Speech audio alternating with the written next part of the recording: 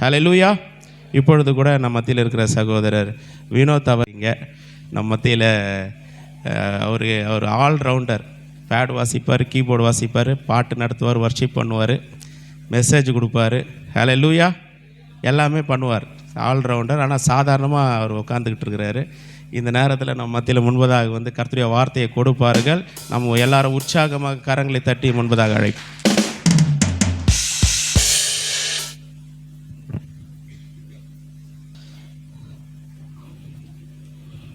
ஹல்லேலூயா.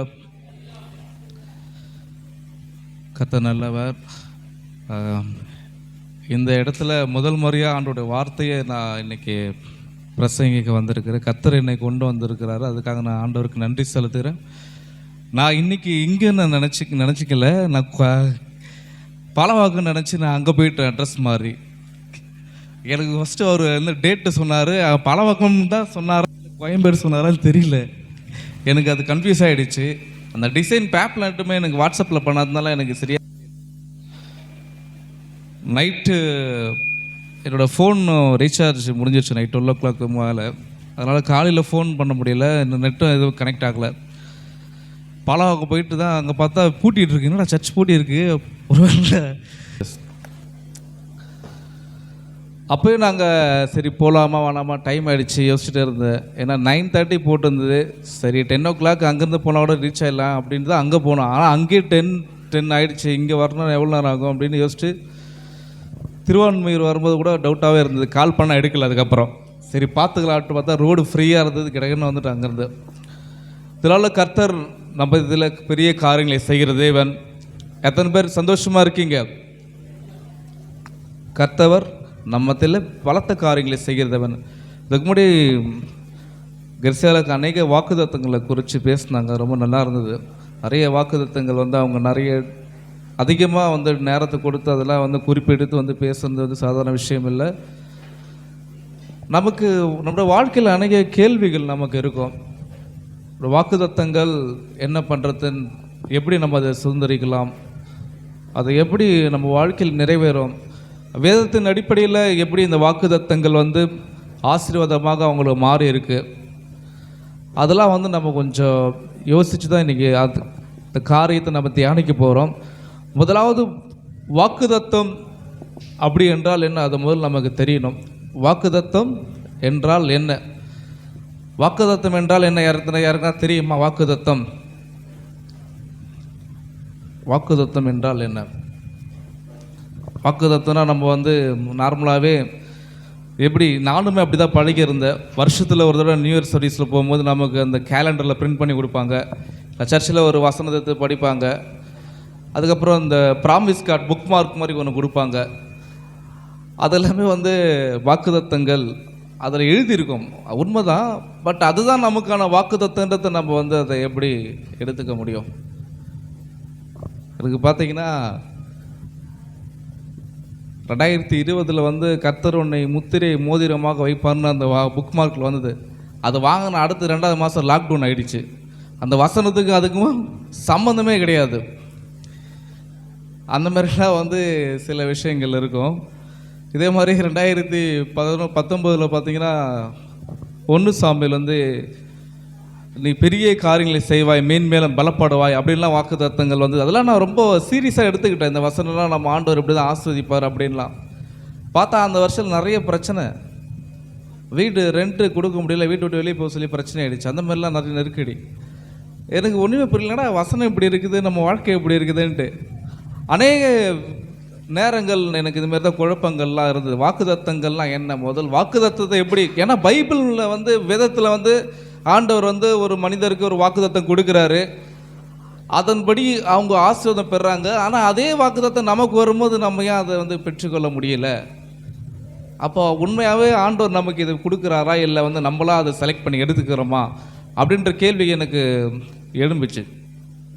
அதுக்கப்புறம் அநேக சத்தியங்கள் நம்ம அண்ணன் கூட ட்ராவல் பண்ணும்போது அநேக சத்தியங்கள் கேட்கும் போது எனக்கு ஆண்டவர் வந்து நிறைய வெளிப்பாடுகள் கொடுத்தார். வாக்குத்தத்தம்னா ஃபஸ்ட்டு என்ன, அது எப்படி நம்ம வந்து சுதந்திரிக்கிறது, வார்த்தைகளில் மட்டும் கிடையாது. வாக்குத்தத்தன்றது ஒரு நாளில் மட்டும் கிடையாது.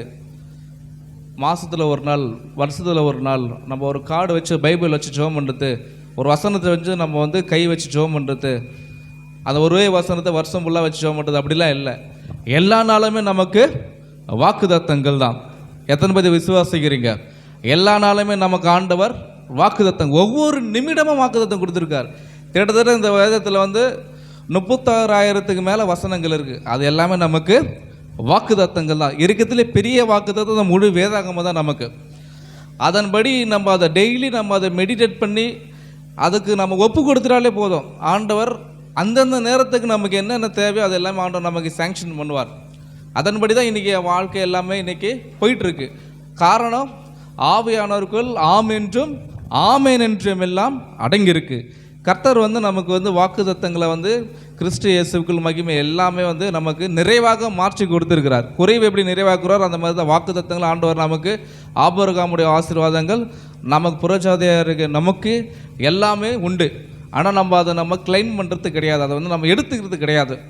நம்ம வந்து ஒரு பாரம்பரியமாக வந்து வசனங்களை வந்து பிடிச்சி வச்சுக்கிட்டு இதுதான் எனக்கு, இதுதான் ஆண்டவர் பேசினார், எப்படி தான் பேசினார் எனக்கும் தெரியல. ஆனால் நம்ம எல்லாரும் அப்படியே சொல்லிகிட்டு இருக்கோம், ஆண்டவர் வந்து இதுதான் வந்து எனக்கு கொடுத்துட்டாரு. இல்லை பிரதர், எனக்கு வருஷத்தில் முதல் வாட்டி ஆண்டவர் பேசிட்டாரு, இந்த வருஷம் எல்லாம் அப்படி தான் இருக்குன்னு சொல்லுவாங்க. பார்த்தா அந்த வசனத்துக்கு புறம்பாக தான் இருக்கும் அவங்க லைஃப் ஸ்டைல். இதுக்கு அதுக்குமே சிலரோட வாழ்க்கையில் ஆண்டவர் கிரியை செய்வார், அது உண்மையாகவே நடக்கலாம். ஆண்டவர் உண்மையாகவே அவங்களுக்கு வாக்குத்தத்தங்கள் கொடுத்துருந்தா பேசலாம். ஆனால் எல்லாருக்குமே ஆண்டவர் வந்து நியூ இயர் 1ஆம் தேதி தான் நமக்கு வந்து வாக்குத்தத்தம் கொடுப்பாரு, மாதத்தில் 1ஆம் தேதி தான் நமக்கு வாக்குத்தத்தம் கொடுப்பாரு அப்படின்ட்டுலாம் இல்லையே. வேதத்தில் வந்து ஆண்டவர் வந்து எல்லா நாளுமே ஆசீர்வாதமாக தான் மாற்றி கொடுத்துருக்கிறாரு. எல்லா நாளுமே ஆசீர்வதிச்சு தான் நீங்கள் பழுகி பெருகுங்க ஆசீர்வாதமாக இருங்கன்னு தான் ஆண்டவருடைய கட்டளையே நமக்கு இருக்குது. ஆனால் நம்ம தான் சில இதை வந்து நம்மளாம் ஒரு ஃபேவரட்டாக வச்சுருக்கோம். ஸோ இதுதான் நமக்குன்ட்டு அதை நம்ம வந்து பிடிச்சி வச்சதுனால நம்மளோட மைண்டு அப்படியே இருக்குது. நம்மளோட சர்ச்சஸ்லேயும் நம்ம வந்து அப்படியே இருந்திருக்கோம். நம்மளோட மைண்டு இப்படியே தான் ஒரு ஃபார்முலா மாதிரி ரெகுலராகவே இதே வருஷம், இந்த வருஷம் என்ன, ஓகே அடுத்த வருஷம் வேறு வசனம், அடுத்த வருஷம் வேறு வசனம், கிட்டத்தட்ட இத்தனை வருஷமாக நம்ம அப்படியே யோசிச்சு நாட்களும் காலங்களும் தான் வீணானதை கண்டு நம்மளோட வாழ்க்கையில் ஒரு முக்கியமான ஆசீர்வாதங்களை பெற்றுக்கொள்ள முடியல, ஒரு முக்கியமான ஒரு இடங்களுக்கு போக முடியல. சில நன்மைகள் வரும், ஆண்டவர் நம்முடைய பிரயாசத்தை பார்த்து செய்வார் தான். ஆனால் வாக்குத்தத்தின்படி நமக்கு ஆண்டவர் செய்கிறாரா? முதல் வாக்குத்தத்தத்தை முதல்ல எப்படி நம்ம பெற்றுக்கொள், வாக்குத்தத்தம்னா என்னன்றதை முதல்ல கண்டுபிடிக்கணும். முதல்ல வாக்குத்தத்தம்னா என்னென்று தெரிஞ்சுக்கணும். வாக்குத்தத்தம் ஃபஸ்ட்டு எதுக்கு ஆண்டவர் கொடுக்குறாரு, வாக்குத்தத்தம் எதற்கு கொடுக்குறாருன்றது ஒரு ரொம்ப முக்கியமானது. நம்ம சில விஷயங்கள் வந்து நம்ம நம்பிக்கிட்டு இருப்போம், நம்ம சில காரியங்கள் எதிர்பார்ப்பு நமக்கு அதிகமாக இருக்குது. அது வந்து பொருளாதார தேவைகள், பண தேவைகள், சரீர பிரகாரமான சுகம், வீட்டில் பலவித காரியங்கள் எதிர்பார்க்கறது, சுப காரியங்கள், இதெல்லாம் நம்மளுடைய நம்பிக்கை கண்டிப்பாக. ஆனால் அது வந்து வாக்குத்தத்தங்களாக மாறுமா? அது வந்து நம்ம யோசிக்கணும். நம்ம எதிர்பார்க்குற காரியம் தான் ஆண்டவர் நமக்கு வாக்குத்தத்தங்களாக கொடுப்பாரா? நம்முடைய திட்டத்துக்கு ஏற்ற மாதிரி ஆண்டவர் வாக்குத்தத்தம் கொடுப்பாரா, இல்லை வாக்குத்தத்துக்கு ஏற்ற மாதிரி ஆண்டவர் நம்முடைய திட்டத்தை மாற்றுறாரா? இதுதான் நம்ம யோசிக்கணும் ரொம்ப. ஏன்னா வேதத்தில் வந்து முதல்ல வந்து ஆண்டவர் வந்து வாக்கு வந்து எங்கே கொடுக்குறாருன்னா, நான் வந்து படித்ததில் எனக்கு வந்து ஆண்டவர் வெளிப்படுத்தின விஷயங்கள் தான் இப்போ பேசிகிட்டு இருக்கேன். விசுவாசத்தின் தகப்பன் ஆபிரகாம் நமக்கு எல்லாருக்கும் தெரிஞ்ச விஷயந்தான். ஆபிரகாம் அழைக்கும் போது ஆண்டவர் வந்து என்னன்னு சொல்லி அழைக்கிறாரு? 12வது வசனத்தை நம்ம படித்தா தெரியும். 12:1 கர்த்தர் ஆபிரகாமை நோக்கி, நீ உன் தேசத்தையும் உன் இனத்தையும் உன் தகப்பனை வீட்டையும் விட்டு புறப்பட்டு நான் உனக்கு காண்பிக்கும் தேசத்துக்கு போ. நான் உன்னை பெரிய ஜாதியாக்கி உன்னை ஆசீர்வதித்து உன் பேரை பெருமைப்படுத்துவேன், நீ ஆசீர்வாதமாக இருப்பாய். ஏன்னா முதல்ல வந்து ஆண்டவர் வந்து விசுவாசத்துக்கான ஒரு நபரை தேடுறாரு. தம்முடைய ராஜ்யத்தையும் அங்கே கொடுக்கணும், தம்முடைய காரியங்களும் உலகத்தில் செய்யணும். அதுக்கு வந்து ஒரு மனிதரை வந்து தேர்ந்தெடுக்கிறாருன்னா அது முதல்ல வந்து ஆபிரகாம் ஆண்டவர் வந்து தேர்ந்தெடுக்கிறாரு. நீ வந்து உன் இனத்தையும் உன் தகப்பனுடைய வீட்டையும் உன் தேசத்தை விட்டு புறப்பட்டு நான் உனக்கு காண்பிக்கும் தேசத்துக்கு போ. நான் உன்னை பெரிய ஜாதியாக்கி உன்னை ஆசீர்வதித்து உன் பேரை பெருமைப்படுத்த நீ ஆசீர்வாதமாக இருப்பாய். இது வந்து அவருக்கு வாக்குத்தத்தமாக இருந்திருக்குமா, இல்லை வந்து அவருக்கு வந்து ஏதோ ஒரு மெசேஜ் மாதிரி இருந்திருக்குமா? ஏன்னா அவரே வந்து வேற ஒரு ஊர்லேருந்து வந்துட்டுருக்காங்க. அவங்க ஆண்டவர் வந்து திடீர்னு அவருக்கு தரிசனமாகி, நீ போப்பா, நீ ஒரு இடத்துக்கு போ, இங்கேருந்து இந்த இந்தியாவில் இருக்காத, வேற ஒரு நாட்டுக்கு போயிடு, நான் உன்னை பெரிய ஜாதி ஆக்குவேன்ட்டு. இங்கே இருந்தாலே நமக்கு ரொம்ப கஷ்டம்தான். ஒரு சுதந்திரமான ஒரு தேசத்தில் இருக்க நமக்கே வந்து இங்கே கஷ்டம். சரியான ஒரு அடிப்படை வசதி இல்லாமல் நம்ம வந்து பணப்பற்றாக்குறையில் நம்ம வாழ்ந்துட்டுருக்கோம். இதை விட்டுட்டு, இது எல்லாத்தையும் விட்டுட்டு நம்ம புதுசாக ஒரு தேசத்துக்கு போகணும்னா அது வந்து ஒரு யோசிக்க வேண்டிய விஷயம். அப்படிப்பட்ட விஷயம் அது, யோசிக்க வேண்டிய விஷயம். ஆனால் ஆண்டவர் வந்து அவர் வந்து அழைக்கிறாரு, அழைச்சி அவருக்கு வந்து வாக்கு கொடுக்குறாரு, நான் உன்னை பெரிய ஜாதி ஆக்கி. அதுக்கு முன்னாடி வந்து ஆபிரகாம் வந்து பெரிய ஜாதியாக இருந்தாரான்றது தெரியல. ஆண்டவர் வந்து ஒரு பெரிய ஜாதியாக்கி உன்னை ஆசீர்வாதம், உன் பேரை பெருமைப்படுத்தணும், நீ ஆசீர்வாதமாக இருப்பாய். இதை வந்து ஆண்டவர் வந்து டைரெக்டாக அவருக்கு பேசுகிறாரு. அது கீழே இருக்க வசனம் கூட பார்க்கும்போது, உன்னை ஆசீர்வதிக்கல ஆசீர்வதிப்பேன், உன்னை சபிக்கிறவர்களை சபிப்பேன், பூமியில் உள்ள வம்சங்கள் எல்லாம் உனக்கு ஆசீர்வதிக்கப்படும். ரொம்ப முக்கியமானது என்னென்னா, ஆபிரகாமுக்கு அப்போ குழந்தை கிடையாது. நமக்கு எல்லாருக்குமே தெரிஞ்ச காரியம் தான் இது. ஆபிரகாமுக்கு குழந்தை அப்போ இல்லை. ஆபிரகாமோட மனைவி பேர் என்ன? சாராள். இவங்க 2 பேருக்கும் திருமணம் ஆகிருக்கு. ஆனால் சாராள் வந்து மலடியாக இருந்தாருன்னு அதுக்கு முன்னாடி அதிகாரத்தில் கடைசியில் கூட நாம் பார்ப்போம். சாராளுக்கு பிள்ளை இல்லை, மலடியாக இருந்தான் அப்படின்ட்டு முன்னாடி இருக்க அதிகாரத்தில் நம்ம பார்க்குறோம். ஆனால் ஆண்டவர் வந்து உன்னை ஆசீர்வதிப்பேன், உன்னை சபிக்கிறவர்களை சபிப்பேன், பூமியில் உள்ள வம்சங்கள் எல்லாம் உனக்கு ஆசீர்வதிக்கப்படும். பிள்ளையே ஃபஸ்ட்டு வரல, ஆனால் வம்சத்துக்கு ஆண்டவர் ஒரு தரிசனமாக ஒரு தீர்க்கதரிசனமாக பேசுகிறார். உனக்கு பிள்ளையே இல்லை, ஆனால் வந்து ஆண்டவர் வந்து எதிர்காலத்துக்கு ஆண்டவர் வந்து அவருக்கு வந்து பேசுகிறாரு. கொஞ்சம் இமேஜின் பண்ணி பார்த்தா அவருக்கு வந்து ஒன்றுமே புரிஞ்சிருக்காது, என்னடா இப்படி சொல்கிறாரு அப்படின்ட்டு. ஆனால் அவர் என்ன பண்ணுறாரு, 4வது வசனம், கர்த்தர் ஆபிரகாமுக்கு சொன்னபடியே அவன் புறப்பட்டு போனான். அவர் என்ன பண்ணுறாரு, போகிறாரு. வாக்குத்தத்தம் வந்தவொடனே என்ன பண்ணுறாரு, புறப்பட்டு போகிறாரு. லோத்து அவனோட கூட போனான். ஆபிராம் அவனை விட்டு புறப்பட்ட போது 75 வயது உள்ளவனாக இருந்தான். 75 வயசில் தான் ஆண்டவர் வந்து அவரை வாக்கு கொடுத்து அழைக்கிறார். அவனை பெரிய ஜாதி ஆக்குவேன், பூமியில் உள்ள வம்சலெல்லாம் உனக்குள் ஆசீர்வதிக்கப்படும், நீ ஆசீர்வாதமாக இருப்பா, உன் பேரை நான் பெருமைப்படுத்துவேன்பா, நான் சொல்கிற இடத்துக்கு நீ போ அப்படின்ட்டு எத்தனாவது வயசில் சொல்கிறாரு, 75வது வயசில் சொல்கிறார். இது வந்து ஆபிரகாமுக்கு உண்டான ஒரு வாக்குத்தத்தம் தான். உன்னை வந்து பெரிய ஜாதி ஆக்குவேன், உன்னை வந்து சந்ததிகள்லாம் உனக்குள்ள ஆஸ்வதிக்கப்படும். ஆனால் அவருக்கு இருக்க ஒரு கேள்வி என்ன, நமக்கு குழந்தை இல்லை, இவர் எப்படி இதை பண்ணுவார்ன்ற ஒரு எதிர்பார்ப்பு இருந்திருக்கும். அதுக்கு முன்னாடி ஆபிரகாம் ஜெபம் பண்ணாரா நமக்கு தெரியாது, பைபிளில் நமக்கு இல்லை. ஒருவேளை ஆபிரகாம் வந்து ஒருவேளை ஆண்டவர் வந்து அவருக்கு முன்னாடி தெரியுமா, ஆபிரகாமுக்கு கர்த்தர் யாருன்னே தெரியுமா? ஆபிரகாமோட பாஸ்ட் வந்து நமக்கு வந்து பைபிளில் நமக்கு அந்த அளவுக்கு இல்லை. டெய்லி ஜெபம் பண்ணியிருப்பார் ஆண்டவர். என்னுடைய ஈசாக்கு ஜெபம் பண்ண போல ஈசாக்கு தன்னுடைய மனைவி ரெபெக்காளுக்காக ஜெபம் பண்ணாருன்னு வசனம் இருக்குது. ஆபிரகாம் ஜெபம் பண்ணாருன்னு வசனமே இல்லை. அப்படி வந்து ஜெபம் பண்ணியிருப்பார் ஆண்டவர், எனக்கு பிள்ளை இல்லை, எனக்கு இந்த மாதிரி வீட்டில் எனக்கு இந்த மாதிரி பிரச்சனை இருக்குது, எனக்கு இந்த மாதிரி ஒரு குறைவு இருக்குது அப்படின்னு ஜெபம் பண்ணாரோ. ஆனால் டைரெக்டாக அவருக்கு என்ன வருது, ஆண்டோடைய வார்த்தை வருது. இப்படி தான் ஆண்டவர் நம்ம கூட வாழ்க்கையிலும் வாக்குத்தத்தங்களை எதிர்பாராத விதமாக தான் கொடுப்பார். நம்ம வந்து ஒரு விஷயத்தை வந்து நம்ம எதிர்பார்த்துட்டு இருப்போம், இதுக்காக ஆண்டவர் என்ன பேசுவாரான்ட்டு. ஆனால் அதுக்கான வார்த்தையை வந்து ஆண்டவர் பேசுவார்ன்றதுல ஒரு நிச்சயமே கிடையாது. இப்போ அவருடைய சித்தம் இருந்தால் தான் பேச முடியும். ஆனால் கர்த்தர் நம்ம குறித்து ஒரு திட்டம் வச்சுருந்தாருன்னா கண்டிப்பாக வாக்குத்தத்தை நமக்கு கொடுப்பார். இந்த வருஷத்துல கூட இங்கே ஆண்டவர் நம்ம மூலமாக பேசின வார்த்தை நல்ல ஒரு வார்த்தை. பெரிய பர்வதமே நீ எம்மாத்திரம், சிறுபாபேலுக்கு முன்னாக நீ சமபூமி ஆவாய், பலத்தினாலும் அல்ல பராக்கிரமத்தால தேவனுடைய ஆவியினாலே எல்லாம் ஆகும். ஆவியினால தான் எல்லா வசனமும் நமக்கு நடக்கும். ஏன்னா ஆவியானவர் தான் நம்ம வந்து நடத்துகிறாரு. ஆவியானவருக்கு தான் நம்மளுடைய பிரச்சனை எல்லாமே தெரியும். ஸோ நம்ம வேண்டிக் கொள்வதற்கு முன்பாக கர்த்தருக்கு வந்து தெரியும், நம்ம கேட்கணுன்ற அவசியம் இல்லை. நம்ம வந்து இதை குறித்து ஆண்டவர் எனக்கு இதுக்கான வார்த்தைகளை வந்து எனக்கு பேசுங்கப்பா, இன்றைக்கி வந்து எனக்கு வந்து இதை குறித்து ஒரு வாக்குத்தத்தம் கொடுங்கன்னு நம்ம கேட்கணுன்ற அவசியமே கிடையாது. ஏன்னா கர்த்தர் டைரெக்டாக நம்மளை அந்த பாதையில் நடத்துவார். நம்ம வந்து ஆனால் அவருடைய சித்தத்துக்கு நேராக, அவருடைய வார்த்தைக்கு நேராக ஒப்பு கொடுக்கணும். அவருடைய காரியங்களை நம்ம உண்மையாக இருக்கும்போது கர்த்தர் வந்து எப்படி ஆபிரகாமை வந்து டைரெக்டாக வந்து அவருடைய சித்தத்துக்கு, அவருடைய தரிசனத்துக்கு நேராக, எப்படி வாக்குத்தத்துக்கு நேராக வந்து டைரெக்டாக கொண்டு வராரோ, அதுக்கு முன்னாடி அவரோட வழி எப்படின்னு தெரியாது. நமக்கு ஒரு வாக்குத்தத்தம் நிறைவேறினா நம்ம இந்த இடத்துலேருந்து வேறு இடத்துக்கு போகணும். அப்போது நம்ம உலகத்துலேருந்து ஆவிக்குரிய வாழ்க்கைக்கு போகணும். உலகத்துலேருந்து ஆவிக்குரிய வாழ்க்கைக்கு போனால் தான் அந்த வாக்குத்தத்தங்கள் நம்மளோட வாழ்க்கையில் நிறைவேறும். இதுக்கு முன்னாடி வந்து அது நல்லா தெளிவாக சொல்லுது. உன் தேசம், உன்னோட சொந்த தேசம், உன் இனம், உன்னோட சொந்தக்காரங்க, ஃபேமிலி, அப்புறம் ஒன்று உன் வீடு. நம்ம சொந்த வீட்டை விட்டு எங்கன்னா போயிருக்க முடியுமா? தேசத்து இந்த சென்னையை விட்டு நம்ம வேறு எங்கன்னா போனாலே நமக்கு கொஞ்சம் கஷ்டமாக தான் இருக்கும்.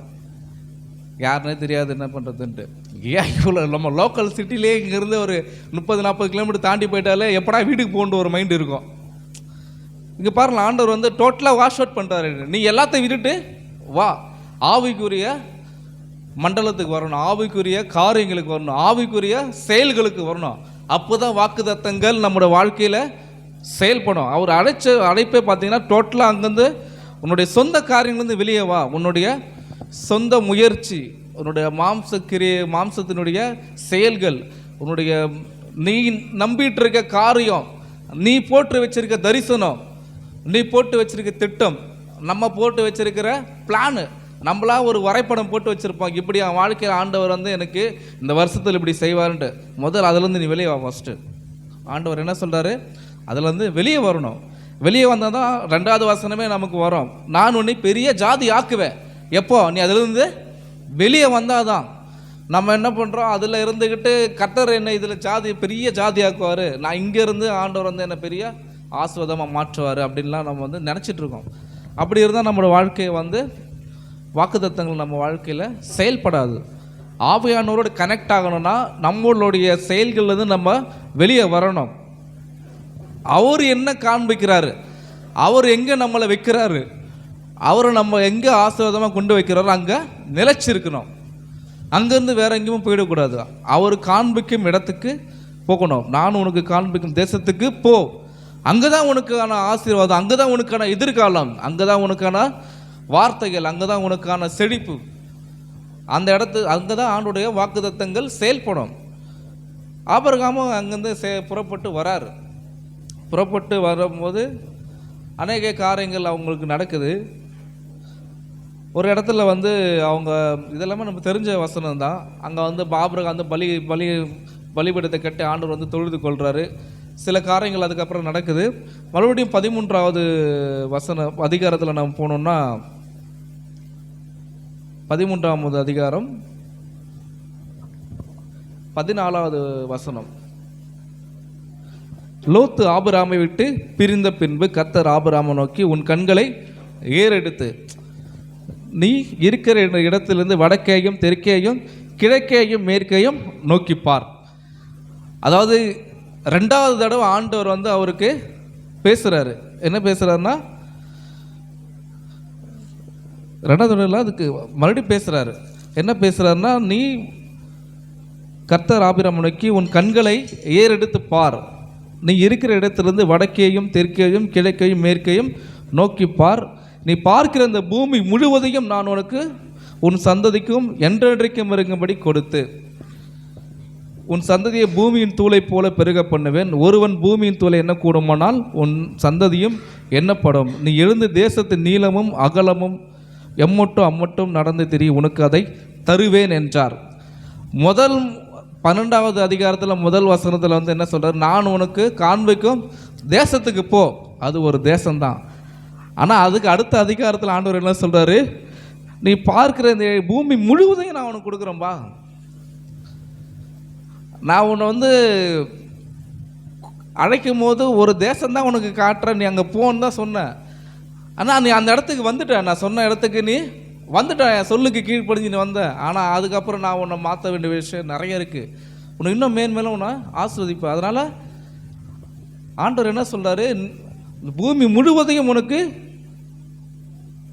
உனக்கும் உன் சந்ததிக்கும் என்றைக்கும் இருக்கும்படி கொடுத்து உன் சந்தையை பூமியின் தூளை போல பெருக பண்ணும். ஒருவன் பூமியின் தூளை என்ன கூடுமானால் உன் சந்தை என்னப்படும். இதுக்கு முன்னாடி பார்த்தீங்கன்னா 14வது வசனம், லோத்து ஆபிரகாமை விட்டு பிரிந்த பின்பு என்ன நடக்குதுன்னா, ஆபிரகாம் வந்து எல்லாத்தையும் விட்டுட்டு வர்றாரு. பட் கூட லோத்துமே அவர் கூட சேர்ந்து வர்றாரு. லோத்து அவருடைய ரிலேட்டிவ், அவருமே கூட வந்துடுறாரு. இவர் கூட ஒரு ஆள் இவர் அழைச்சாரா இவர் அழைக்கலையான்னு தெரியல. எல்லாத்தையும் விட்டுட்டு தான் ஆண்டவர் வந்து வர சொல்கிறார். ஆனால் அவர் கூட வந்து இன்னொரு அவருடைய சொந்தக்கார மனிதர் ஒருத்தர், அவர் கூட ஒரு சகோதரர், அவருடைய சகோதரர் வந்து அவர் கூடவே வந்துடுறாரு. ஆண்டவர் வந்து ஒரு கட்டத்துக்கு அப்புறம் அவங்க 2 பேரை தனியாக பிரிச்சுறாரு. லோத்து ஒரு தனி ட்ராக்கில் அனுப்பிச்சிட்டு ஆபிரகாமை மட்டும் மறுபடியும் ஆபிரகாமை தனியாக ஆண்டவர் வந்து தரிசனமாகிறார். ஆபிரகாமுக்கு தனியாக ஒரு ரூட்டு மறுபடியும் கொடுக்குறாரு. நான் இந்த பூமி முழுவதையும் உனக்கும் உன் சந்ததிக்கும் என்றைக்கு இருக்கும்படி கொடுத்து உன் சந்ததியை பூமியின் தூளை போல பெருக பண்ணுவேன். ஒருவன் பூமியின் தூளை என்ன கூடுமானால் சந்ததியும் என்னப்படும். நீ எழுந்து தேசத்தின் நீளமும் அகலம் மட்டும் நடந்து திரி, உனக்கு அதை தருவேன் என்றார். நம்மளை பார்த்து ஆண்டவர் சொன்னால் எப்படி இருக்கும்? அது இல்லை, கவனிக்கிறீங்களா? நம்மளை பார்த்து இங்கேருந்து உன்னால் எவ்வளோ தூரம் நடக்க முடியுமோ நடந்து போப்பா, அதெல்லாத்தையும் உனக்கு தரேன்னு சொன்னால் நமக்கு எப்படி இருக்கும்? இப்போ சொன்னால் பைக் எடுத்துகிட்டு போயிடலாம். ஆனால் ஆண்டவர் வந்து நடந்து திரின்னு சொல்கிறாரு. நம்மளோட ஆவிக்குரிய வாழ்க்கையில் கூட நம்ம அதிகமாக போக வேண்டிய காரியம் இருக்குது. நம்ம போக வேண்டிய தூரம் வெகு தூரம். ஆண்டவர் வந்து எலியாவை பார்த்து சொல்கிறாரு, நீங்கள் இப்படியே படுத்துட்டு இருக்குது என்ன, எழுந்து போ, நீ போக வேண்டிய தூரம் வெகு தூரம். உன்னோட பிரயாணம் வந்து ஷார்ட்டாக இருக்கிறது கிடையாது. உன்னுடைய ஊழிய எல்லை ஷார்ட்டாக இருக்கிறது கிடையாது. உன்னுடைய ஆவிக்குரிய ஜீவியம் வந்து ரொம்ப ஒரு குறுகிய கட்டத்துக்குள்ள இருக்கக்கூடாது. அது ரொம்ப தூரம் போகணும். எது வரைக்கும் போகணும்னா பரலோகம் வரைக்கும் போகணும். நம்முடைய ஆவிக்குரிய ஜீவியம் நம்ம சபையோடு, இந்த சபையில் இருக்க இந்த குறிப்பிட்ட லிமிட்டோடு நம்மளுடைய ஆவிக்குரிய ஜீவியம் இருக்கக்கூடாது. நமக்கு ஆண்டவர் வாக்குத்தத்தங்களை கொடுத்து நம்மளை ஆஸ்வதிக்கணும்னா நம்முடைய வாழ்க்கை வந்து ரொம்ப தூரம் போகணும். ஆண்டவர் வந்து எம்மட்டும் நடந்து திரின்னு சொல்கிறார், அம்மட்டும் நடக்கணும்.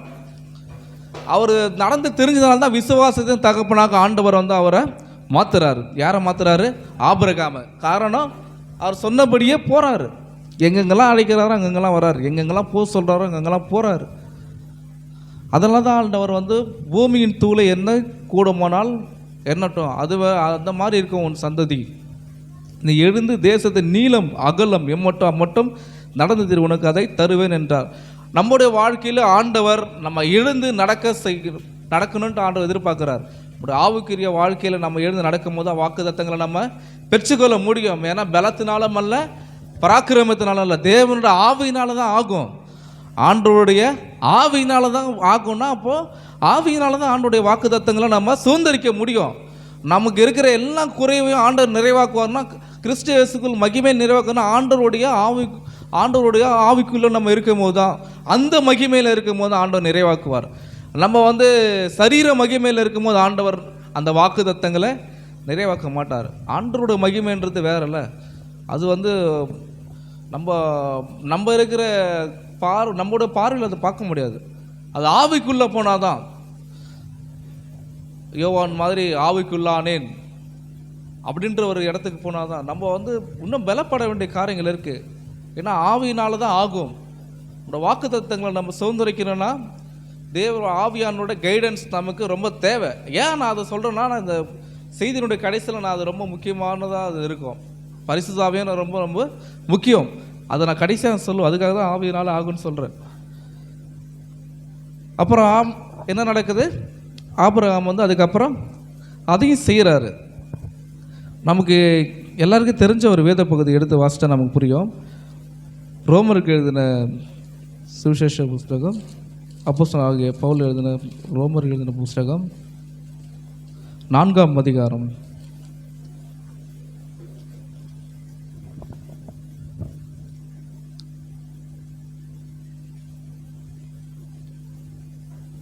17வது வசனத்தை நான் வாசிக்கிறேன், கேளுங்க.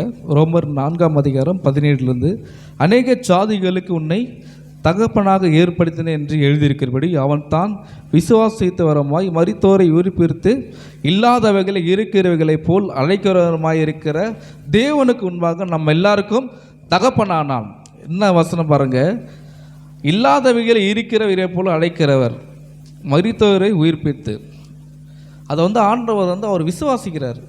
ஏன்னா ஆண்டவர் வந்து ஆபிரகாமை வந்து வாக்குத்தத்தம் பண்ணி அழைக்கும் போது அவர்கிட்ட முக்கியமான விஷயமே இல்லை, அவருக்கான குழந்தையே இல்லை. இது எல்லா செல்வங்களும் இருக்குது அவருக்கு, எல்லா வசதிகள், பண வசதிகள், வேலைக்காரர்கள் எல்லாமே இருந்தோம். முக்கியமான ஒரு காரியம் அவருக்கு இல்லை. முக்கியமான நம்மளோட வாழ்க்கை கூட அப்படி தான் இருக்கும், எல்லாமே இருக்கும். ஆனால் நம்மளை திருப்திப்படுத்துகிற ஒரு விஷயம் நமக்கு வந்து இல்லாமல் இருக்கும்.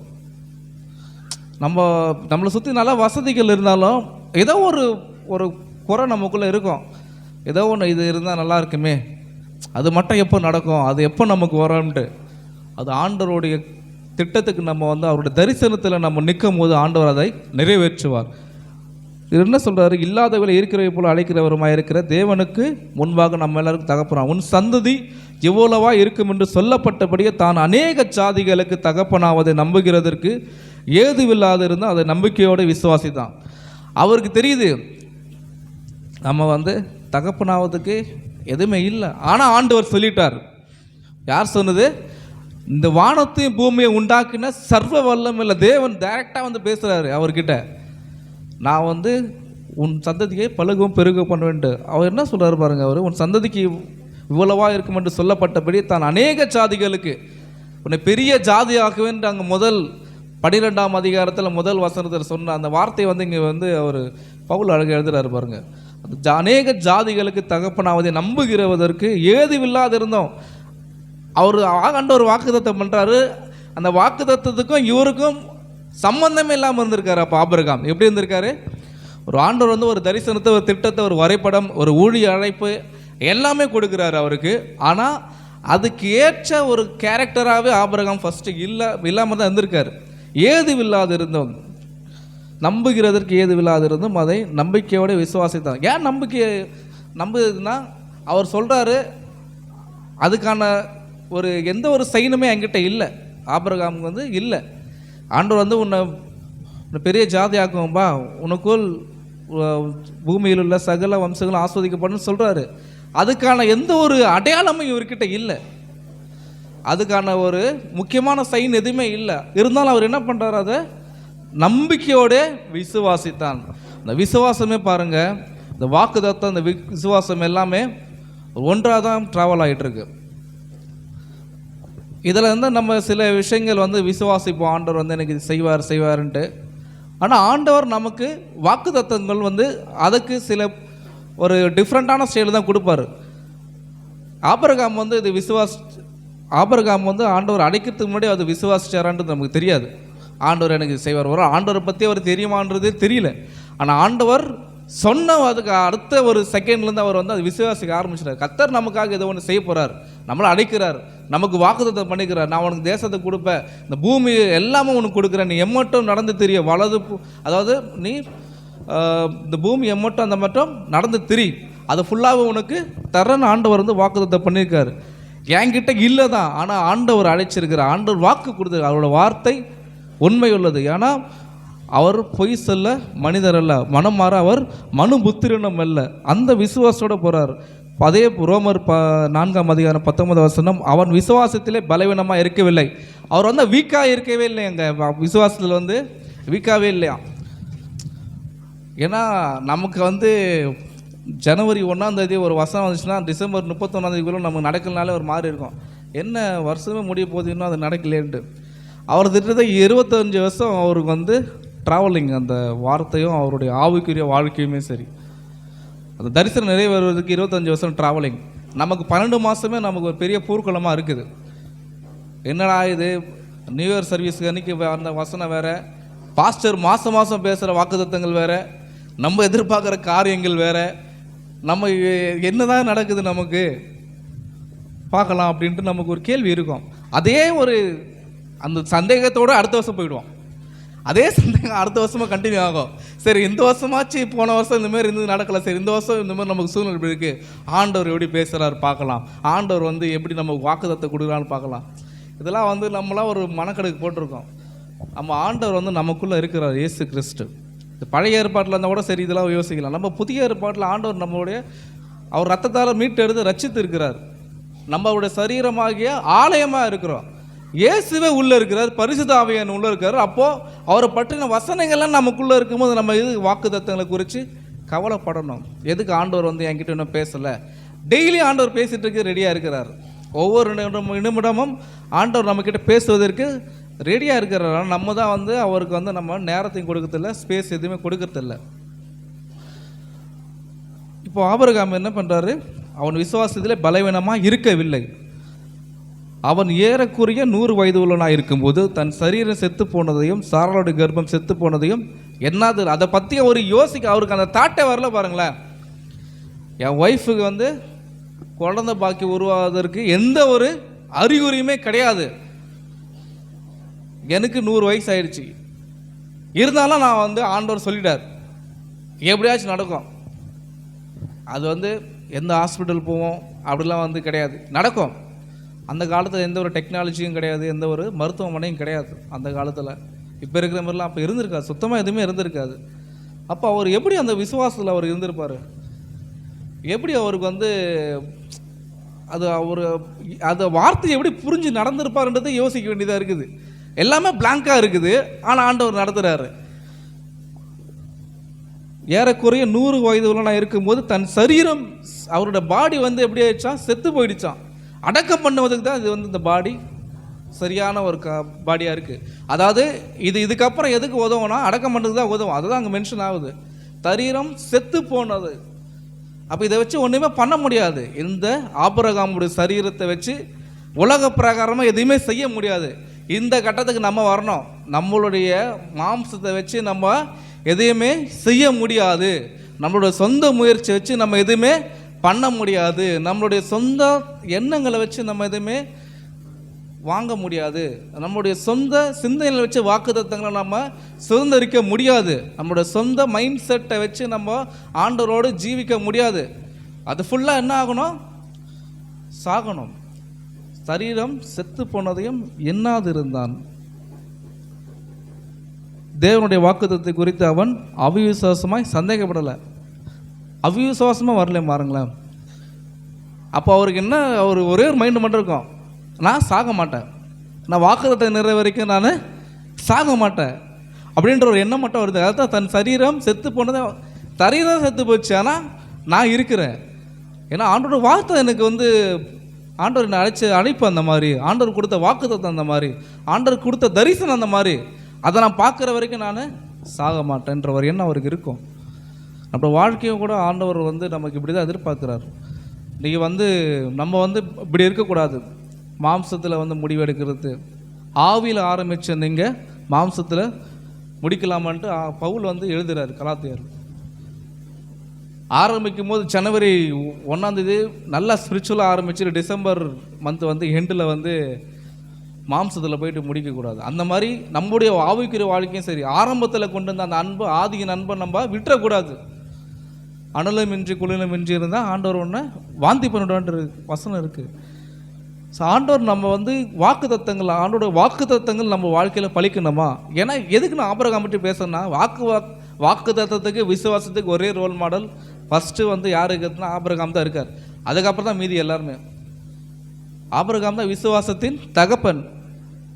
பல ஜாதிகளுக்கு, பூமியில் உள்ள வம்சங்களுக்கு எல்லாத்துக்கும் தகப்பனா யாரை வந்து ஆண்டவர் நியமிக்கிறாரு, இந்த செத்து போன சரீரமாகிய ஆபிரகாம். பாருங்க, ஒன்றுத்துக்கும் உதவாதுன்ற அவருக்கு தெரிஞ்சிருச்சு. நம்ம பாடி ஒன்றுத்துக்கு உதவாது, ஆனால் ஒரு விஷயத்துக்கு உதவும், ஆண்டோட திட்டத்துக்கு உதவும், ஆண்டோடைய ஊழியத்துக்கு உதவும், ஆண்டோட தரிசனத்துக்கு உதவும், ஆண்டோடைய வாக்கு தத்தத்துக்கு உதவும், ஆண்டருடைய செயல்களுக்கு உதவும். ஆண்டோடைய செயல்களுக்கு இந்த சரீரம் பயன்படும். அவருக்கு அந்த மைண்ட் இருந்துகிட்டே இருந்திருக்கு, ஆண்டவர் செய்வார், ஆண்டவர் செய்வார். ஒரு வேளை ஜுரம் வந்து படுக்கும்போது கூட செத்துடுமோன்ற நன்மைக்கு கூட அவருக்கு வந்திருக்காது. இல்லையே, ஜுரம் வரட்டும், ஏதோ ஒன்று நடக்கட்டும், ஆனால் ஆண்டவர் வாக்குத்தத்தம் பண்ணிட்டாரு உனக்கு. அதுவும் தெளிவாக சொல்கிறார் 15வது அதிகாரத்தில் பார்த்தீங்கன்னா, ஈசாக்கு அப்படின்னு பேரே மென்ஷன் பண்ணிடுறாரு. சாரால் இடத்துல பிறப்போது உனக்கு உன்னுடைய சந்ததியாக இருக்கும், அவனை ஈசாக்கு என்று பேரிட்டு ஆண்டவர் வந்து ஃபுல்லாக அட்ரஸ் பண்ணிட்டாரு. அது அப்படியே அவனுக்கு மைண்டில் அவருக்கு ஸ்டோர் ஆகிடுச்சு. இல்லை, ஆண்டவர் பேர் கொடுத்துட்டாரு, ஆண்டவர் வாக்குத்தத்தம் கொடுத்துட்டாரு, நிறைவேறும். எப்படிப்பட்ட பிரச்சனை வந்தாலும் நம்ம சோர்ந்து போயிடும். அவர் அதை பற்றி சந்தேகமாக இல்லை பாருங்களேன். ஒரு பிரச்சனை வரும்போது கூட சந்தேகப்படலை, அவர் வாக்குத்தத்தை குறித்து சந்தேகப்படலை, அவர் கொடுத்த அழைப்பு குறித்து அவர் சந்தேகப்படலை. 21 தேவன் வாக்குத்தத்தம் பண்ணதை நிறைவேற்ற வல்லவராக இருக்கிறார் என்று முழு நிச்சயமாக நம்பி தேவனை மகிமைப்படுத்தி விசுவாசத்தில் வல்லவரானான். விசுவாசத்தில் எப்படி ஆகிறாராம்? வல்லவரானான். நம்மளோட வாழ்க்கை இந்த இடத்துக்கு வந்தால் தான் வாக்குத்தத்தங்களை நம்ம சுதந்திரிக்க முடியும், வாக்குத்தத்தங்களை நம்ம பெற்றுக்கொள்ள முடியும். ஏன்னா வந்து ஆண்டவர் வந்து நமக்கு வாக்குத்தத்தம் வந்து இன்றைக்கி தான் பேசணும், நாளைக்கு தான் பேசணும் கிடையாது. ஒவ்வொரு நாளுமே ஆண்டவர் வார்த்தையை கொடுத்துருக்கிறார். காலையில் எழுந்து நம்ம ஜெபம் பண்ணுவோம், ஆண்டவர் பேசுகிற வார்த்தைகள்லாம் வாக்குத்தத்தங்கள் தான். வெளிப்படத்தில் இருக்க அதிகாரங்கள் வசனங்களும் வாக்குத்தத்தங்கள் தான். எல்லாமே நமக்கு வாக்குத்தத்தம். நம்முடைய வாழ்க்கை எப்படி இருக்கணும், நீ டெய்லி நீ எப்படி என்ன பண்ணணுன்றத நம்ம என்ன பண்ணணுன்றது ஆண்டவர் எழுதி தான் கொடுத்துருக்கிறாரு. இதை நம்ம ஓரம் கட்டிட்டு நம்மளா ஒரு ஸ்கெடியூல் போட்டு நம்ம இன்னைக்கு வாழ்ந்துட்டுருக்கோம். காலையில் இங்கே போகணும், அங்கே போகணும், இதை யோசிக்கணும், அதை பண்ணணும், இதை வாங்கணும், இந்த வேலை செய்யணும், அப்புறம் நம்ம ஆண்டவரை தேடணுன்ட்டு. அப்படி கிடையாது. நம்ம டெய்லி நம்ம என்ன பண்ணுறோன்னா இதை நம்ம படித்து இதில் ஆண்டவர் என்ன நமக்கு கொடுக்குறாரு, என்ன பேச போகிறாரு, அதுதான் வாக்கு. ஆண்டவர் நமக்கு பேசுறதே வாக்குத்தத்தம் தானே. இப்போ நீ அங்கே போப்பான்னா வாக்குத்தத்தம் தான், இதை பேசுனா வாக்குத்தத்தம், இதை செய்யினா வாக்குத்தத்தம், இந்த ஊழியத்தை செய்யினா வாக்குத்தத்தம், எனக்காக இதை கொடுக்கறது வாக்குத்தத்தம் தான். ஆண்டவருக்காக கொடு, இருதயத்தில் ஒரு எண்ணம் நமக்கு வருதா, அதுவும் வாக்குத்தத்தங்கள் தான். வாக்குத்தத்தம் தான். வானத்தையும் பூமியை உண்டாக்கின கர்த்தரிடத்திலிருந்து எனக்கு ஒத்தாசை வரும், அது மட்டும் வாக்குத்தத்தங்க, அதெல்லாம் ஆசீர்வாதங்கள். இது எல்லாமே நமக்குள்ளே ஸ்டோர் பண்ணி. இப்போ நம்ம ஒரு உதாரணத்துக்கு சொல்லணும்னா ஒரு பேக்கேஜ் நம்ம எடுப்போம், ஒரு இயர்லி பேக்கேஜ் அப்படின்ட்டு ஏதாவது ஒரு காரியத்துக்கு நம்ம எடுப்போம். மொத்தமாக ஒரு இயர்லி பேக்கேஜ்னால் அது எல்லாமே அடங்கியிருக்கும். அப்படி தானே ஒரு ரீசார்ஜ் கூட எடுத்துக்கலாம், ஒரு இயர்லி பேக்கேஜ்.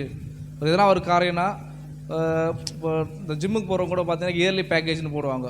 ஒரு வருஷத்துக்கு இவ்வளோ ஃபீஸ் கட்டிட்டா மாதம் மாதம் கட்ட வேண்டியது இருக்காது, கம்மியாக தான் இருக்கும். அந்த இயர்லி பேக்கேஜ்னு ஒன்று நம்ம ஆண்டவர் வச்சுருக்காருன்னா அது வேதம் தான். இந்த வருஷத்துக்கு முழு வருஷத்துக்கு தேவையான பேக்கேஜ் இந்த முழு வேதாகமத்தில் இருக்குது. நம்ம என்ன பண்ணுறோம், இதை விட்டுட்டு டெய்லி ஏதாவது ஒரு இடத்துல போய் நம்மளாம் யோசிக்கிறோம். சரி, வாட்ஸ்அப்பில் யாருன்னா வசனம் அனுப்பிச்சாலும் சரி ஆண்டவர் பேசுகிறாரா இல்லையே, இது நமக்கு உணர்த்தப்படலையே. சரி, எதனா ஊழியக்காரர்கிட்ட பேசும்போது பேசுகிறாரா இல்லையே. நமக்கு தான் ஆண்டவர் ரெடிமேடாக கொடுத்துருக்கிறதுனால நம்ம அதை விட்டுட்டு வாக்குத்தத்தம் ஆண்டவர் எப்போ பேசுவார், எப்போ போயிட்டு நம்ம ஊழியக்காரரோட கையில் தலையை வைக்கலாம் அப்படின்ற மைண்டில் இருக்கும். அது நமக்கு தேவை இல்லைன்னு கிடையாது. அவங்களுக்கு கனப்படுத்துகிறோம், ஆண்டவர் அவங்க மூலிமா பலத்த காரியங்களை செய்கிறாரு. அது வேற ஒரு ஸ்டெப்பு. பட் நமக்கு ஆண்டவர் என்ன, நம்மளை உண்டாக்குன நோக்கம் என்ன? இப்படியே எல்லார்கிட்டையும் நம்மளே போய் ட்ராவல் பண்ணிட்டு தான் அப்போ வேத வசனம் எப்போ நமக்குள்ளே செயல்படுவது. நம்மளே போயிட்டு எல்லா பாஸ்டர்ஸ்கிட்டையோ எல்லாருக்கிட்டையும் நம்மளே போயிட்டு இருந்தால் வசனங்கள் நம்ம மூலமாக எப்படி நிறைவேறும், வார்த்தைகள் எப்படி நம்ம மூலமாக நிறைவேறும், வாக்குத்தத்தங்கள் எப்படி நம்ம மூலமா நிறைவேறும். ஆபிரகாம் ஆண்டவர் அழைக்கிறாரு, அவர் வேற எங்கேயும் போகலையே, வேற எந்த ஒரு காரியத்தையும் அவர் யோசிக்கலையே. சொன்னவர் உண்மை உள்ளவர், என்னை அழைச்சிட்டாரு, அதை நிறைவேற்றி முடிப்பார். அது எத்தனை வருஷம் ஆனால் என்ன, சாராளுடைய கர்ப்பம் செத்து போனா என்ன, என் சரீரம் ஒன்றுமே இல்லாமல் போனா என்ன, என்னை அழைச்சது நோக்கம் உண்மை உள்ளதில்ல. அவர் என்ன சாதாரண மனிதரை அழைச்சாரு, வாக்குத்தத்தம் பண்ணியிருக்கார்ல, உன்னை பெரிய ஜாதி ஆக்குவேன், பூமியில் வம்சம்லாம் உனக்குள் ஆஸ்வதிக்கப்படும், உன்னை ஆசீர்வதிப்பேன், உன்னை சபிக்கிறவர்களை சபிப்பேன் வாக்குத்தத்தம் பண்ணியிருக்காரு. இதோட என்ன வாக்குத்தத்தம் நமக்கு வேணும்? எல்லாமே பார்த்துக்கிறேன்னு சொல்கிறார்ல, எல்லாமே நான் உனக்கு செய்கிறேன்னு சொல்கிறாரு, இதோட என்ன வேணும்? சரி, பிரச்சனை வரட்டும், கடன் வரட்டும், வியாதி வரட்டும், தொல்லைகள் வரட்டும், ஆனால் சந்தேகப்படக்கூடாது, அவிசுவாசமாக ஆகிடக்கூடாது. இந்த வருஷத்தில் நமக்கு எதுவுமே வராதுன்னு சொல்ல முடியாது. ஜுரம் வராமல் இருக்குமா? வரும். சரீரத்தில் எதுனா ஒரு வலி வராமல் இருக்குமா? வரும். அப்போ அப்படிலாம் வந்துட்டா வாக்குத்தத்துக்கு அதுக்கு சம்மந்தம் இல்லையா? இல்லை. ஆண்டவர் எனக்கு கூட இருக்கார், ஆண்டவர் எனக்குள்ளே பேசிகிட்டு இருக்காரு, தினமும் ஆண்டவர் என்னை நடத்துகிறாரு, வாக்குத்தத்துக்குள்ளே நடத்துகிறாரு. வாக்குத்தத்தம் பண்ணப்பட்ட அந்த இடத்துக்கு போகிற வரைக்கும், வாக்குத்தத்தம் பண்ணப்பட்ட அந்த இடம் எது நமக்கு? ஆண்டவர் நமக்கு வச்சிருக்க தரிசனம், ஊழிய எல்லை எவ்வளோ தூரம், அது போகிற வரைக்கும் ஆண்டவர் நம்ம அந்த வார்த்தையின்படி நடத்திட்டு போகிறோம். அந்த வார்த்தையை மட்டும் பிடிச்சிக்கணும்.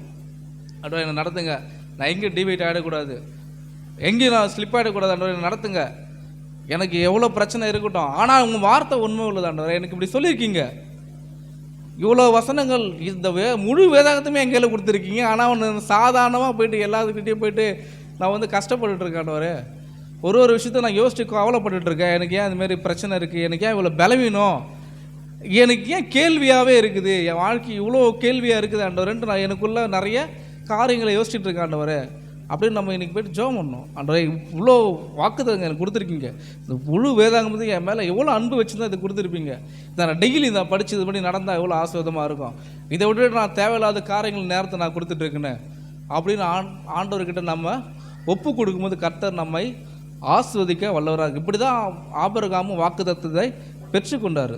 அவர் தரிசனத்தோடு அட்டாச் ஆகிட்டார், அவர் கொடுத்த வாக்குத்தத்தோடு அவர் அடாப்ட் ஆகிட்டார். அதை விட்டு அவர் லெஃப்ட் ஆகவே இல்லை.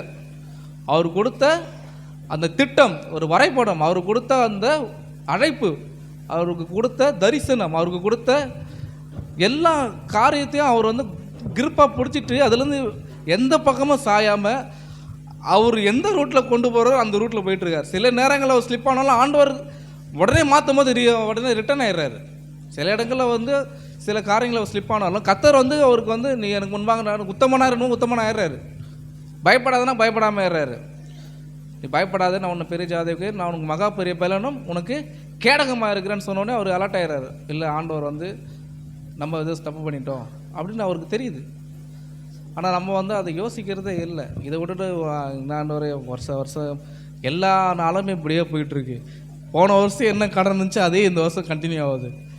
போன வருஷம் எப்படி இருந்தோம் அதோட படு மோசமாக தான் இந்த வருஷம் இருக்குது. ஓப்பனிங்கே எப்படி இருந்தால் அப்போ வந்து இந்த வருஷம் கடைசி எப்படி இருக்கும் அப்படிலாம் எண்ணங்கள் நமக்கு வர்றதுக்கு காரணம் என்னென்னா, வார்த்தைக்கு முக்கியத்துவம் கொடுக்கறது இல்லை. ஆண்டவருக்கு நம்ம முக்கியத்துவம் கொடுக்கறது இல்லை. ஆவியானவரோடு நம்ம அதிகமாக நடக்கிறது இல்லை. ஏசப்பா நமக்கு கொடுத்துருக்க காரியங்களை நம்ம செய்யறதில்ல. அவர் உன்னை விட்டு விலகுவதும் இல்லை, உன்னை கைவிடுவதும் இல்லை என்று சொல்லியிருக்கிறாருன்ற வசனம் இருக்குது. புதிய ஏற்பாட்டில் அந்த வசனம் வந்து பவுல் எழுதுறாரு. உன்னை விட்டு விலகுவதும் இல்லை, உன்னை கைவிடுவதும் இல்லை என்று சொல்லியிருக்கிறாரு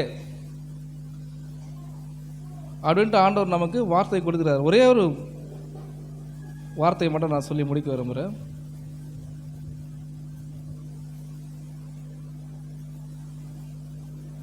லூக்கா எழுதின சுவிசேஷ புஸ்தகம் 24வது அதிகாரம், எல்லாருக்கும் தெரிஞ்ச ஒரு வேத வசனங்கள் தான்.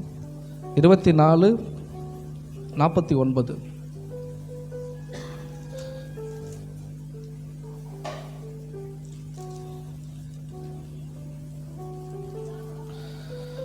என் பிதா வாக்குத்தத்தம் பண்ணினதை இதோ நான் உங்களுக்கு அனுப்புகிறேன்.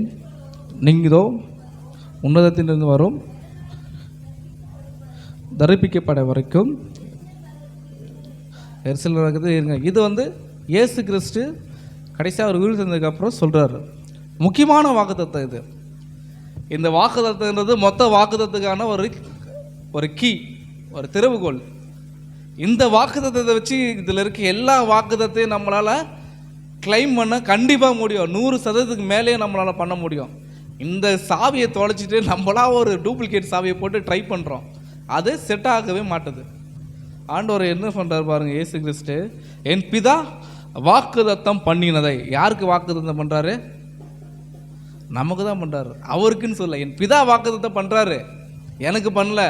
என் பிதா வாக்குத்தத்தம் பண்ணினதை இதோ நான் உங்களுக்கு அனுப்புகிறேன். அது யார்? பரிசுத்த ஆவியாகிய தேர்ச்சரவாளன். அதுதான் முக்கியமான ஒரு வாக்குத்தத்தம். அந்த வாக்குத்தத்தை நம்ம பிடிச்சாலே போதும், மீதி எதுவுமே நம்ம வந்து கேட்கணும் எதிர்பார்க்கணுன்ற அவசியமே இல்லை. அந்த வாக்குத்தத்தம் சகல வாக்குத்தத்தங்களுக்கு நேராக நம்மை நடத்தும். எந்த வாக்குத்தத்தம்? என் பிதா எனக்கு கொடுத்த என் பிதா கொடுத்த வாக்குத்தத்தம். என்ன போட்டிருக்கல? என் பிதா வாக்குத்தத்தம் பண்ணினதை, என் பிதா வாக்குத்தத்தம் பண்ணினதை இதோ நான் உங்களுக்கு அனுப்புகிறேன். இந்த ஒரு வாக்குத்தத்தத்தை வச்சுட்டு ஆதியாகமத்திலிருந்து வெளிப்படுத்த விசேஷம் வரைக்கும் இருக்க எல்லா வாக்குத்தத்தையும் நம்ம அதை சுதந்திரிக்க முடியும். எப்படி? பரிசுத்த ஆவியானவருடைய அந்த கைடன்ஸோடு நம்ம சுதந்திரிக்க முடியும். இனிமேல் நம்ம அப்படி செய்வோமா? ஆண்டவருடைய வாக்குத்தத்தங்கள் எப்படி பெற்றுக்கொள்ள முடியும்? ஆவியானோட கைடன்ஸ். ஈவன் ஆபிரகாமுக்கு இப்படிப்பட்ட வாக்குத்தத்தம் கிடையாது. பரிசுத்த ஆவியன்ற வாக்குத்தத்தமே கிடையாது. அங்கங்கே சும்மா தரிசனம் ஆவார், இதை பண்ண அதுக்கப்புறம் கொஞ்சம் கட்டத்துக்கு அப்புறம் ஆண்டவர் வந்து பேச மாட்டார். இந்த காலத்தில் நமக்கு அப்படி இல்லையே. எப்போவுமே ஆண்டவர் பேசுறதுக்கு ரெடியாக இருக்கார். பரிசுத்த ஆவியானவர் எப்போதும் நமக்குள்ளே வந்து ஆண்டவர் வந்து நடத்துறதுக்கு ரெடியாக இருக்கார். ஆபிரகாம போலலாம் கிடையாது. ஒரு இடத்துல போயிட்டு பலியிடணும், ஒரு இடத்துல ஆண்டவர் பேசுவார், நம்ம போய் தனியாக அணிக்கணும் ஆண்டவர் பேச, அப்படிலாம் கிடையாது. சமைக்கும் போது, வண்டியில் போகும்போது, பேசும்போது, குளிக்கும் போது, எல்லா நேரமும் ஆவியானவர் அவர் நம்மோடு பேச ரெடியாக இருக்கார். அதன்படி நம்ம பேசும்போது ஆண்டவர் சகல வாக்குத்தத்தங்கள் நேராக நம்மை நடத்த வல்லவராக இருக்கிறார். நம் கண்களை மூடி ஜெபம் பண்ணுவோம். ஆண்டவரே உமக்கு ஸ்தோத்திரம். இயேசுவே உமக்கு துதிக்கிறோம். ஆண்டவரே இயேசப்பா உமக்கு நன்றி. ஆண்டவரே நீர் கொடுத்த இந்த வார்த்தைகளுக்காக நன்றி. ஆண்டவரே இந்த வருஷத்தின் ஆரம்பத்தில் நாங்கள் நிற்கிறோம். ஆண்டவர் இன்னும் நாங்கள் தெரிந்துக்க வேண்டிய காரியங்கள், ஆண்டவரே நாம் உங்களை பற்றி அறிஞ்சிக்க வேண்டிய காரியங்கள் நாங்கள் அறிந்து கொள்ளணும்பா. எங்களுக்கு வேண்டிய ஞானம் தாங்க. ஆண்டவரே உமக்கு ஸ்தோத்திரம். அப்பா உமக்கு நன்றி. ஆண்டவரே என் பிதா வாக்குத்தத்தம் பண்ணின இதோ உங்களுக்கு அனுப்புகிறேன்னு சொன்னீங்களா ஆண்டவர். அப்போ அந்த வாக்குத்தத்தத்தை நாங்கள் எங்களுக்குள்ளே வைத்துட்டு ஆண்டவரே நாங்கள் எங்கள் சுயமாக ஓடாதபடிக்கு பரிசுத்த ஆவியான நீங்கள் எங்களுக்குள்ள என்ன செய்யணும்னு நீங்கள் சித்த வச்சுருக்கீங்களோ அப்பா, இந்த வருஷத்தில் நாங்கள் என்னென்ன பண்ணணும், எங்கே போகணும், எங்கே வரணும், அன்ற எதுக்காக நாங்கள் ஓடணுன்ட்டு நீங்கள் எங்களை குறித்து என்ன தரிசனம், ஆபிரகாமுக்கு ஒரு வரைபடம் கொடுத்தீங்க ஆண்டவரே, ஒரு தரிசனம் கொடுத்தீங்க, வாக்குத்தத்தம் கொடுத்தீங்க.